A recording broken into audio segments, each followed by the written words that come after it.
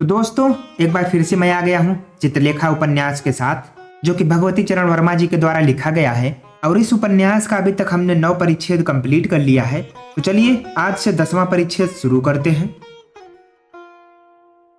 मृत्युंजय के उस अलौकिक भवन का आलोक वैसा ही रहा। सजीवता में कमी अवश्य हो गई थी। अनावश्यक अतिथियों के चले जाने के बाद नाटक के प्रधान अभिनेता ही रह गए।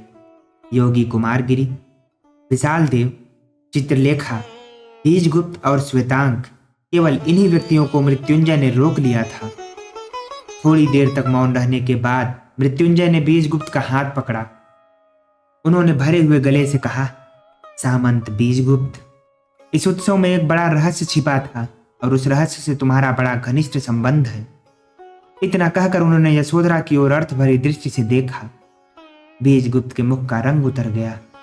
चित्रलेखा मुस्कुराई, और मुझे पूर्ण आशा है कि वृद्ध मृत्युंजय की बात अस्वीकृत न होगी। मृत्युंजय के भावों की था प्राय सब व्यक्तियों ने पाली थी। फिर भी बीजगुप्त ने कहा, देव, स्वीकार करना अथवा न करना प्रस्ताव की उपयुक्तता और परिस्थिति की अनुकूलता पर निर्भर होता है। आपका प्रस्ताव जैसा होगा उसके अनुसार मेरा उत्तर भी होगा। मृत्युंजय ने कुछ देर तक सोचा। बीजगुप्त, तुम्हारा विवाह अभी तक नहीं हुआ है? बीजगुप्त ने सुना और चित्रलेखा की ओर देखा। क्या उत्तर दे, वह निर्णय न कर सका। बात ठीक थी, पर साथ साथ बीजगुप्त के मतानुसार गलत भी थी, शास्त्रानुसार नहीं। इस बार कुमारगिरी ने गंभीर स्वर में कहा, युवा, क्या शास्त्र अविवाहित भी विवाह हो सकते हैं? बीजगुप्त ने कहा, स्त्री और पुरुष के चिरस्थायी संबंध को ही विवाह कहते हैं। कुमारगिरी हंस पड़े, पर विवाह शब्द समाज द्वारा निर्मित है। शास्त्र स्त्री और पुरुष के संबंध को पवित्र बनाकर समाज में मान्य करा देता है। बीजगुप्त, तुम अर्ध सत्य की शरण ले रहे। बीजगुप्त ने उसे गंभीरता से कहा, योगीराज, सत्य आधा नहीं होता, वह पूर्ण होता है। पर यह तर्क वितर्क का समय नहीं है, इसलिए इस समय उत्तर देना अनुचित होगा। इतना कहकर बीजगुप्त ने मृत्युंजय से कहा, आर्य, मैंने कहा था कि मेरा विवाह शास्त्रानुसार नहीं हुआ है। इसको स्पष्ट कर देना आवश्यक होगा। लोक की दृष्टि में मैं अविवाहित हूं, पर मैं वास्तव में विवाहित हूं। चित्रलेखा मेरी पत्नी है। यद्यपि चित्रलेखा का पाणिग्रहण मैंने शास्त्रानुसार नहीं किया है और समाज के नियमों के अनुसार कर भी नहीं सकता, फिर भी मेरा और चित्रलेखा का संबंध पति और पत्नी का सा है। मैं प्रेम में विश्वास करता हूँ और ऐसी स्थिति में मेरा अब विवाह करना असंभव है, क्योंकि मेरे प्रेम की अधिकारिणी कोई दूसरी स्त्री नहीं हो सकती। जिस समय बीजगुप्त यह कह रहा था उसकी दृष्टि नीचे थी। मृत्युंजय ने कहा, बीजगुप्त, तुम्हारा कहना संभव है, उचित हो, पर जिस समय लोग तुमको अविवाहित कहता है उस समय तुम अविवाहित हो। रही विवाह करने की बात, वहां तुमसे मैं तुम्हारा ध्यान इस ओर आकर्षित करा सकता हूं कि विवाह पुत्रोत्पत्ति के लिए होता है और इसलिए आवश्यक है। चित्रलेखा की संतान बीजगुप्त की संतान न होगी और न वह संतान बीजगुप्त की उत्तराधिकारी ही हो सकती है। कभी इस पर भी विचार किया है? वास्तव में बीजगुप्त ने इस पर विचार न किया था। बीजगुप्त ने इसका कोई उत्तर न दिया। यह उसके लिए बिल्कुल नई समस्या थी। मृत्युंजय इस बार चित्रलेखा की ओर मुड़े। देवी चित्रलेखा, तुम विदुषी हो, तुमसे अधिक कहना व्यर्थ है। तुम बीजगुप्त की परिस्थिति को अच्छी तरह से समझती हो। चित्रलेखा अभी तक मौन थी। इस बार उसने उत्तर दिया, आर्य श्रेष्ठ, तुम्हारा कथन सर्वथा उचित है। मैं समाजच्युत नर्तकी ही हूं। बीजगुप्त की पत्नी होना मेरे लिए असंभव है। ऐसी स्थिति में मैं वह कहने को प्रस्तुत हूं जिससे बीजगुप्त का भला हो, पर आप इतना जानते हैं कि ऐसा करने में मुझे बड़ा त्याग करना पड़ेगा। त्याग करना पड़ेगा नर्तकी? कुमारगिरी मुस्कुराए, बड़ी विचित्र बात कह रही हो। तुम संभवतः अपनी मनः प्रवृत्ति को भूल रही हो। तुमने एक बार मुझसे कहा था कि तुम विराग के जीवन को अपनाना चाहती हो। उसके लिए यह सबसे अच्छा अवसर है। कुमारगिरी की इस बात से बीजगुप्त चौंक पड़ा। उसने कहा, योगीराज, यदि आप विराग पर विश्वास करते हैं और एक व्यक्ति को विराग का उपदेश दे सकते हैं, तो फिर मुझे क्यों बंधन में बंधने को बाध्य किया जा रहा है? इसलिए कि तुम विराग के योग्य नहीं हो और साथ ही तुम समाज के नियमों के प्रतिकूल भी चल रहे हो। तुम्हें यह उचित होगा कि तुम कम से कम समाज के नियमों का तो पालन करो ही। चित्रलेखा इस समय कुमारगिरी के कथन पर विचार कर रही थी। ने कहा, योगी, एक प्रश्न और करूंगी, क्या तुम मुझे गुरु दीक्षा देने के लिए तैयार हो? यदि हाँ, तो फिर इसी समय मैं तुम्हारी शिष्या हुई। कुमारगिरी के नेत्र स्वयं ही विशाल देव की ओर घूम पड़े। विशाल देव उस समय अपने गुरु की ओर देख रहा था। थोड़ी देर तक कुमारगिरी कुछ सोचते रहे। नर्तकी चित्रलेखा, तुम्हें दीक्षा देना मेरे लिए असंभव है। इस बार चित्रलेखा हंस पड़ी।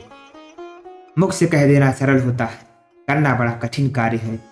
योगी, तुम्हारे लिए विराग चाह जितना सरल हो, पर मेरे लिए कठिन है। अकेली विराग के क्षेत्र में विचरना मेरे लिए असंभव सा है। अभी तक अनुराग के क्षेत्र में हूं और संसार भले ही उस क्षेत्र को पवित्र न माने, पर ईश्वर के आगे और मेरे आगे वह क्षेत्र पवित्र है। उससे बाहर निकलने के अर्थ होते हैं दूषित क्षेत्र में पदार्पण करना, और व्यर्थ पाप करने के लिए मैं प्रस्तुत नहीं। बात बनी और बिगड़ गई। मृत्युंजय ने इसका अनुभव किया। बात बिगड़ी और बन गई। बीजगुप्त ने इसका अनुभव किया। कुमारगिरी चित्रलेखा को जानता था और चित्रलेखा कुमारगिरी को। श्वेतांक और विशाल देव दोनों ही इस बातचीत के गूढ़ महत्व को समझ रहे थे। एक यशोधरा ही ऐसी थी जो न कुछ अनुभव करती थी, न कुछ जानती थी और न कुछ समझती थी। उसने मृत्युंजय से कहा, पिताजी, रात्रि अधिक बीत गई है। वृद्ध मृत्युंजय ने अपनी पुत्री की ओर देखा और फिर चित्रलेखा की ओर। दोनों में कितना भेद था। एक देवी थी, दूसरी दानवी।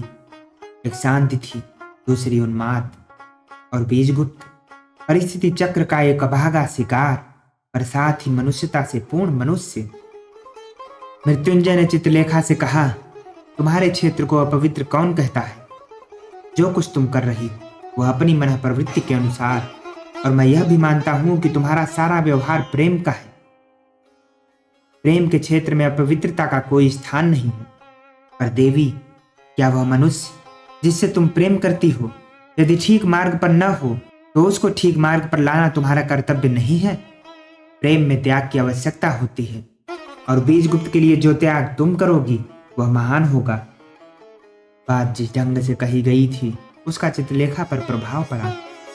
बीजगुप्त बीच में बोल उठा, आर्य श्रेष्ठ, चित्रलेखा से यह कहना व्यर्थ है। बनना और बिगड़ना इसका उत्तरदायित्व तो मुझ पर है। चित्रलेखा न मुझे बना सकती है और न बिगाड़ सकती है, और मैं अपने लिए यह कह सकता हूं कि मेरा और चित्रलेखा का संबंध अमर है। बीजगुप्त उठ खड़ा हुआ, पर चित्रलेखा बैठी ही रही। उसने कहा, आर्य श्रेष्ठ, तुम जो बात कह रहे हो वह ठीक हो या ना हो, पर मुझे यह करना होगा, और यह करना होगा अपने लिए नहीं वरन बीजगुप्त के लिए। इतना विश्वास रखो। चित्रलेखा ने यशोधरा की ओर देखा, और आर्य श्रेष्ठ, तुम्हारी कन्या के लिए बीजगुप्त अच्छा वर है। यह विवाह सबसे सुंदर होगा। इतना कहकर चित्रलेखा ने बीजगुप्त से कहा, बीजगुप्त, तुम्हें यशोधरा से पत्नी मिलना असंभव है। आज से तुम्हारा और यशोधरा का संबंध पक्का हो गया। बीजगुप्त उस समय द्वार के पास खड़ा था। चित्रलेखा, तुम्हारा कहना अनुचित है और यह मेरे लिए असंभव है। इस समय मैं इतना ही कह सकता। अच्छा आर्य श्रेष्ठ, विदा। इतना कहकर बीजगुप्त मृत्युंजय के भवन से बाहर चला गया। चित्रलेखा उठ खड़ी हुई। आर्य श्रेष्ठ, आप बीजगुप्त के कथन का बुरा न मानिएगा। आवेश में आकर मनुष्य भले और बुरे का ज्ञान खो बैठता है। उस समय यदि कोई दूसरा व्यक्ति उस पर अपनी धारणा बना ले तो अनुचित है। मैं आपको इतना विश्वास दिलाती हूँ कि बीजगुप्त का और आपकी कन्या का संबंध बहुत श्रेष्ठ होगा, और इस संबंध का होना आवश्यक भी है। श्वेतांग के साथ चित्रलेखा भी बीजगुप्त के पीछे पीछे चल दी। इन लोगों के चले जाने के बाद मृत्युंजय को परिस्थिति का पूर्ण ज्ञान हुआ।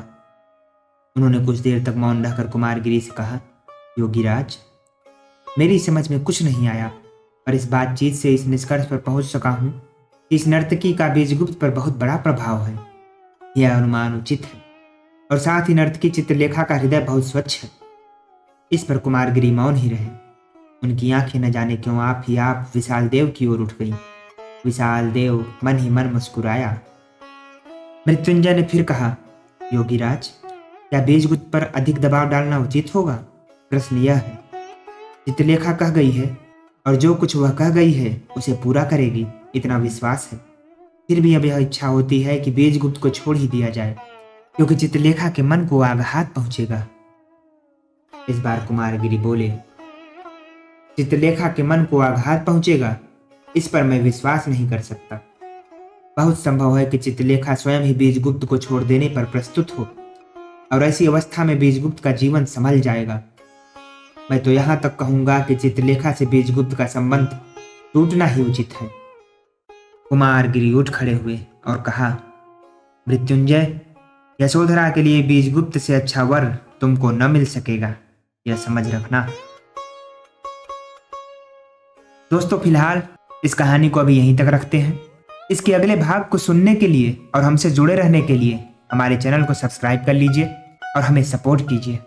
आपका बहुत बहुत धन्यवाद।